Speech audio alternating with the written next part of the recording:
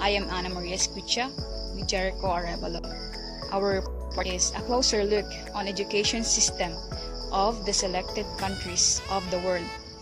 In this topic, we will see the differences and similarities of the system of education in the selected countries.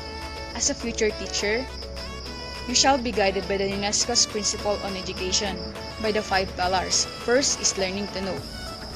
Our knowledge dapat hindi lang tayo nakafocus morely on our major subject, but also we should have knowledge too to our minor subject. It is also means of learn to learning. Next is learning to do. It is morely on the competence to deal with many situations and to work on things. For example, Tina choose a vocational course. She has to internship in a restaurant. Third is learning to be. In learning to be, it is to developing one's personality better and be able to act with responsibility. So, dapat yung mga act natin ay merong responsibility. Magiging responsible tayo sa mga judgment natin. Either it is right or wrong. Fourth is learning to live together.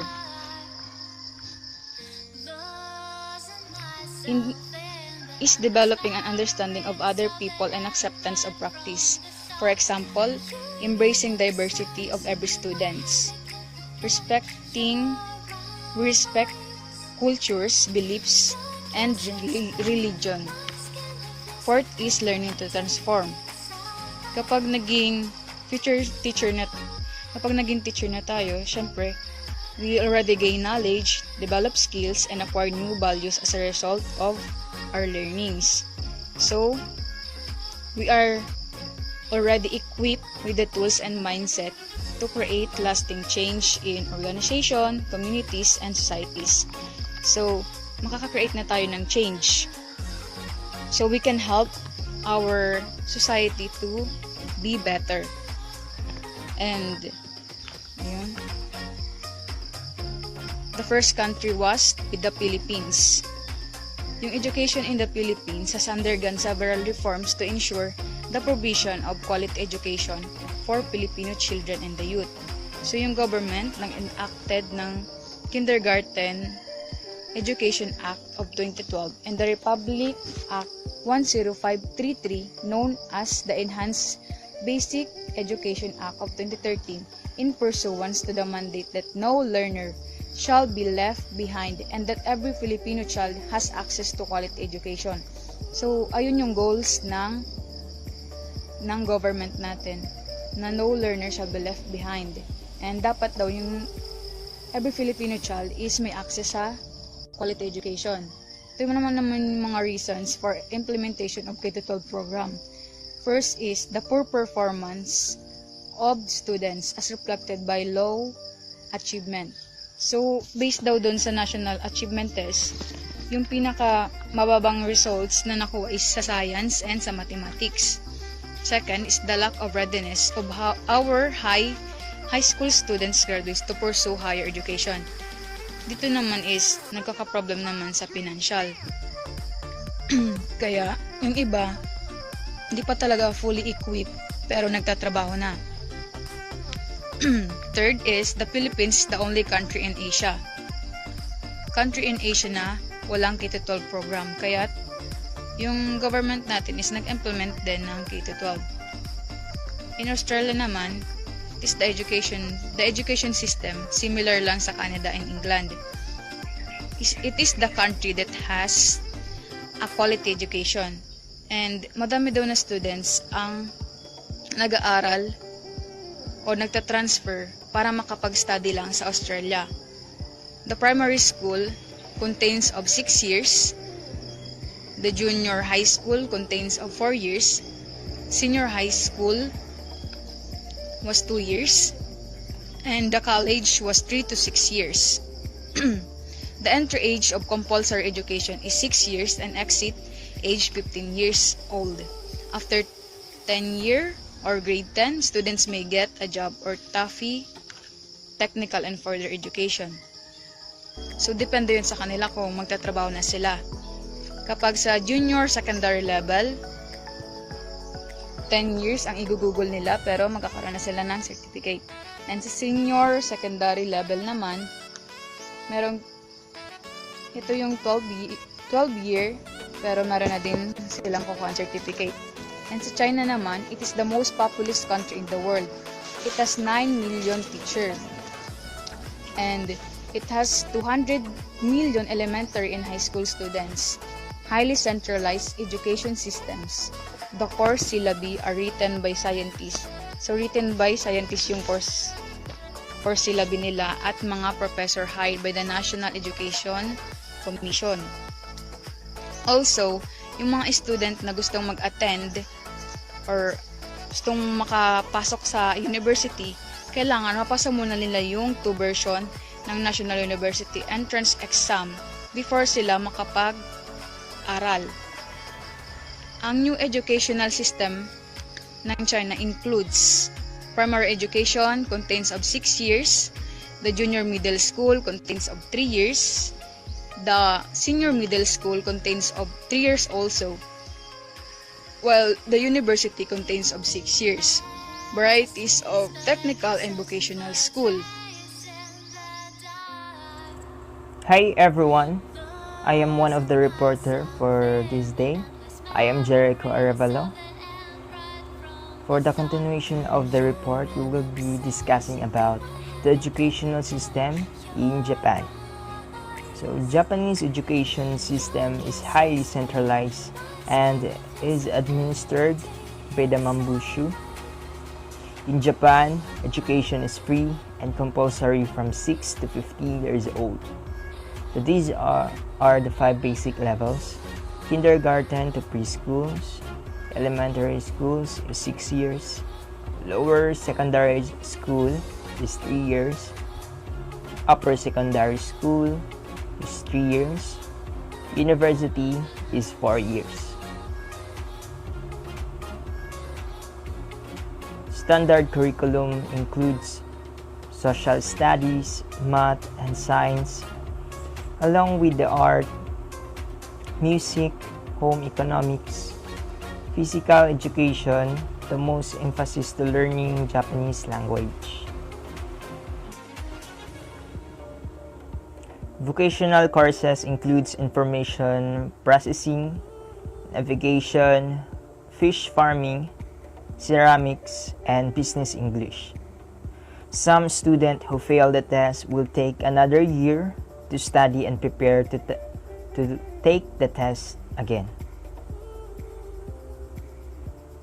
In South Africa, the Ministry of Education in May 1994 was tasked to deal with education and training at the national level.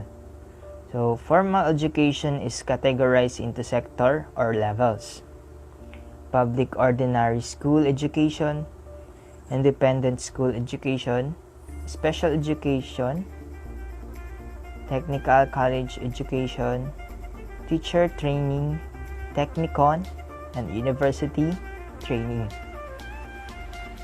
Grade R to grade 9 is compulsory by the General Education and Training or GET, correspond to Level 1 of National Qualification Frameworks or NQF, and divide into 3 phases, which are Foundation, grade R to 3, Intermediate, grade 4 to 6, and Senior, grade 7 to 9. Further education training or FET is not compulsory, grade 10 to 12. In nursing colleges, 4-year course with diploma, agriculture colleges, 1-year certificate, then 2-year certificate, then 3 years you will have diploma. Then the technicons, bachelor's 4-year course, master's, and doctoral. So the education system naman sa United Kingdom, so in England education is compulsory for ages 5 to 16 years old.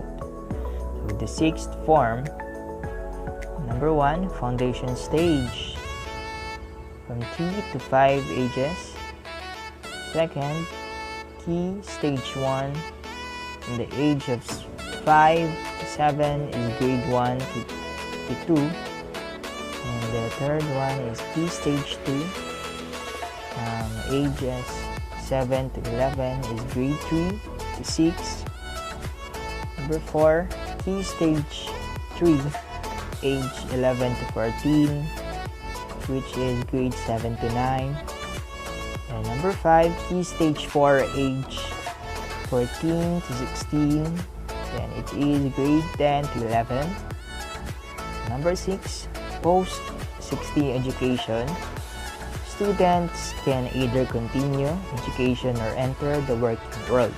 So, the student are given the freedom to choose if they want to continue in education or enter, kaya mag-work na. Ayan.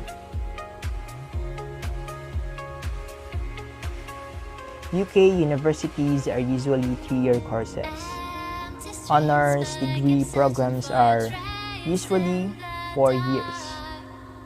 Master's degree is usually achieved after 2 more years study.